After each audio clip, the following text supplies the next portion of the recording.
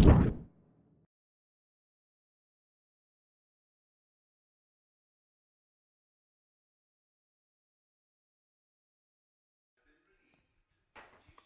ladies and gentlemen. Crypto Carson back again with another episode of The Beginner's Guide to Cryptocurrency. Thanks so much for joining me. Excited to be here again tonight. What we're going to be looking at first off is how to open up your blockchain wallet. All right, blockchain is definitely the place that I would recommend holding your Bitcoin. So what we're going to want to do first off, well, actually I'm going to touch on this real quick, is that Goldman Sachs, I want to just show you a little bit about what's going on in the industry. They are actually considering opening up their own Bitcoin trading operation. That's going to be coming about soon.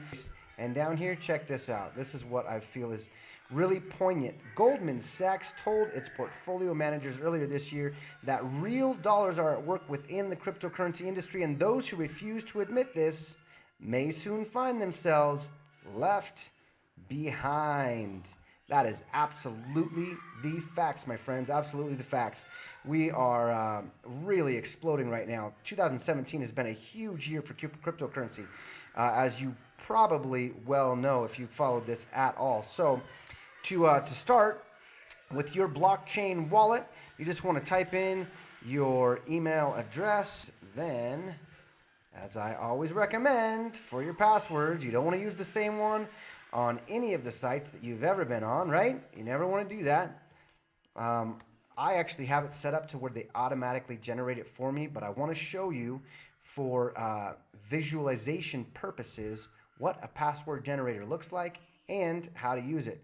I always like to use over 20 characters, and so we'll just use 20 tonight, and we'll copy this password right here and put it right in here in this section. That is strong. Ain't that cool? All right. And then we just paste it again. Be sure to always read the terms of service. I'm going to say that as a disclaimer. It is a little bit heady, but go ahead and do it anyways. Click continue, and you are nearly done. I know that sounds crazy, but you're nearly done already. Now, one thing that I always do for myself, and I just forgot to do it, is to make sure to take this password and drop it right in here into the place where you keep all your passwords, okay? So that's real easy. As you can see, blockchain is the instrument vehicle, and the website is written right there. And then should you have a username or email, if that was relevant, then we would put that in there. When we do obtain our private key and receive address, we're going to put it in right there as well. Of course, the two-factor authentication secret key if we had one, and so forth. But for the time being, we do have a password, and we're going to check to verify that it is the same password, and absolutely 100% it is, so we're good to go. All right, so we have gotten into our wallet now, and your wallet is making transactions easily and intuitively, blah, blah, blah. Read that stuff if you'd like. And let's get started. Okay, so a couple of the components you're going to want to know about is how to receive some Ether into this wallet. That's first and foremost, right? So the way you do that is you copy your address right here. Now, if you have, this is a really cool little feature, if you've got Coinbase on your phone, you're able to go in and create a transaction, and it will ask you to either scan a QR code or input an address. They're both fairly simple to do, but if you have it on your phone and you can simply just pop it open and scan this QR code, you will automatically generate this address into that field, and you won't have to worry about copying or pasting or anything like that, okay? Either way is very simple, but we would go in,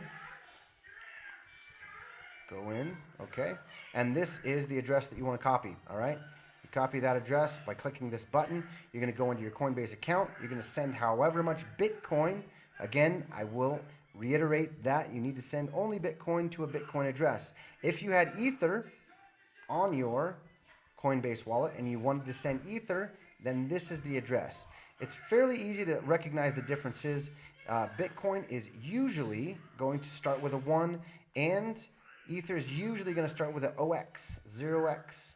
So that's one way that you're going to know if you're sending it to the right place.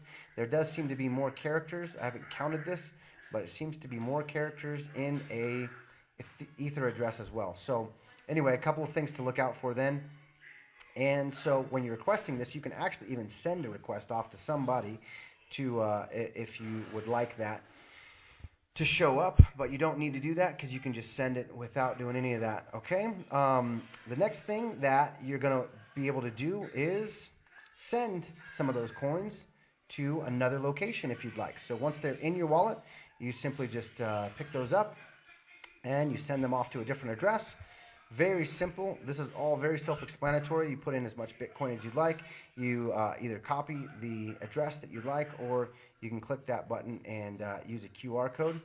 All right, so the exchange is a new feature. It's a very cool feature that they've implemented where you can transfer your Bitcoin into Ethereum.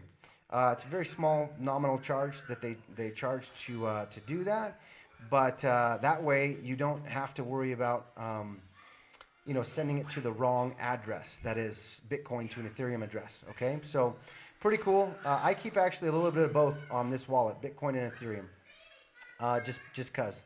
Although, for the most part, you're going to want to leave your Ether on your My Ether wallet because you can utilize that wallet to hold your ICO tokens, okay? That's not a functionality that's available to you on your blockchain wallet. Blockchain is used primarily for your Bitcoin. There's a difference there, okay? Blockchain for Bitcoin, My Ether wallet for Ether. It's easy enough, right? Now, before I let you go on this one, always, my friends, go in here and make sure that you are keeping your account as secure as possible. There's a variety of ways in which you can do that on this account. They change from account to account, but in this one, of course, you want to verify your email, and this is very important right here. Very, very important. You want to create a backup phrase. There's one available to you, and you can print this. It's going to look just like this, and you want to print this form out, okay? Print this form, and then you're going to handwrite all of these words that are about to come up for you into that sheet. So here you go. You're going to have that sheet printed, and if it were me, I would write until, account, inherent, crash, and those would be the first 4 words that I would write down right here, okay, right there. Now, the next 4 come up, and this is just to make sure you're writing them down. Soon, mouse, fine, among. It sounds very random, and it is, but this is the way in which you can recover your account should you lose it somehow, if somebody stole your computer or what have you, okay? So you're going to want to keep this, of course, in your safe or whatever place you keep your secure documents. And then speak, vapor, best, expect. Those are the last 4. You're going to write those back in down here. And then guess what they're going to do? They're going to test you on this to make sure that you actually wrote them down.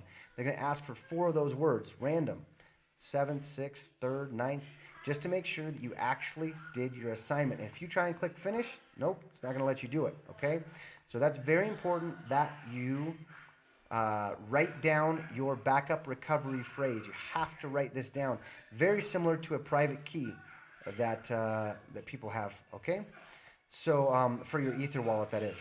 You're going to find that they have a variety of different ways that people secure their accounts, and it really depends on which platform you use as to which one they like the best. So this one, they're going to use a backup recovery phrase rather than a private key, okay? So, and then you can create yourself a password hint. Since you're doing a randomized password, at least that's what I recommend, then your hint could possibly be where you created that random password or where it's stored at. Perhaps USB drive, or perhaps you store it, like for instance, we have it right there, right? But you can put the name of this document, I guess you could say, if you want to put that there. Whatever will remind you of the place in which you have stored that info, all right? Down here, you definitely want to link your mobile number to this and enable 2-step authentication, 2-factor authenticator. Again, that'll be on your phone. Google Authenticator is a good one, and also Authy is a good one, A-U-T-H-Y. For me, I definitely block the Tor requests. If you get a little bit more advanced, then you're going to perhaps want to open that up for increased functionality, but for the time being, I highly recommend that you leave that sucker blocked, my friends, all right?